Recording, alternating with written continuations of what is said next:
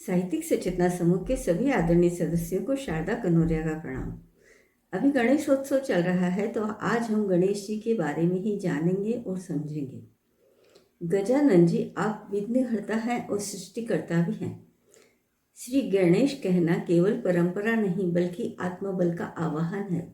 यह स्वीकार है कि मार्ग में अवरोध तो आएंगे, परंतु उनके स्मरण से वह सारे विघ्न सरल हो जाएंगे। गणेश देवताओं के बीच केवल पूजनीय नहीं बल्कि सबसे आत्मीय भी प्रतीत होते हैं। उनका रूप अद्वितीय है तो जीवन के गुण रहस्यों से ओतप्रोत है। वह विघ्न के हरता है, परंतु केवल संकट को हरते नहीं बल्कि जीवन की जटिलताओं को सरलता में रूपांतरित भी करते हैं।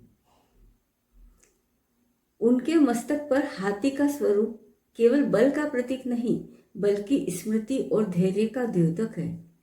हाथी की प्रज्ञा और स्थिरता से युक्त यह रूप बताता है कि जीवन में आगे बढ़ने के लिए वे केवल शक्ति नहीं, धैर्य भी अनिवार्य है। उनके कान इतने विशाल हैं मानो वे संपूर्ण विश्व की ध्वनियों को सुन सके। मनुष्य की करुणा पुकार से लेकर ब्रह्मांडीय नाद तक उनकी आंखों में गहन आत्मीयता है, जो यह स्मरण कराती है कि शक्ति जब करुणा से जुड़ती है तब भी दिव्यता प्रस्फुटित होती है। उनका उदर जीवन की उदारता और विशालता का प्रतीक है, जहाँ सुख दुख राग द्वेष वैभव दैन्य सभी स्थान पाते हैं। गणेश के 4 हाथ जीवन दर्शन का प्रत्यक्ष रूप है। एक हाथ परसा धारण किए हुए है, जो असत्य को काटने व अहंकार को भंग करने की शक्ति का संकेत है, और दूसरा हाथ अंकुश लिए है, जो इंद्रियों की चंचलता को संयमित करता है। तीसरे हाथ में मोदक है, आनंद और तृप्ति के प्रतीक, जो बताता है संयुक्त जीवन के बाद ही सच्चा सुख मिलता है। और चौथा हाथ आशीर्वाद देता हुआ है, जिसमें असीम करुणा और आश्वासन का भाव है।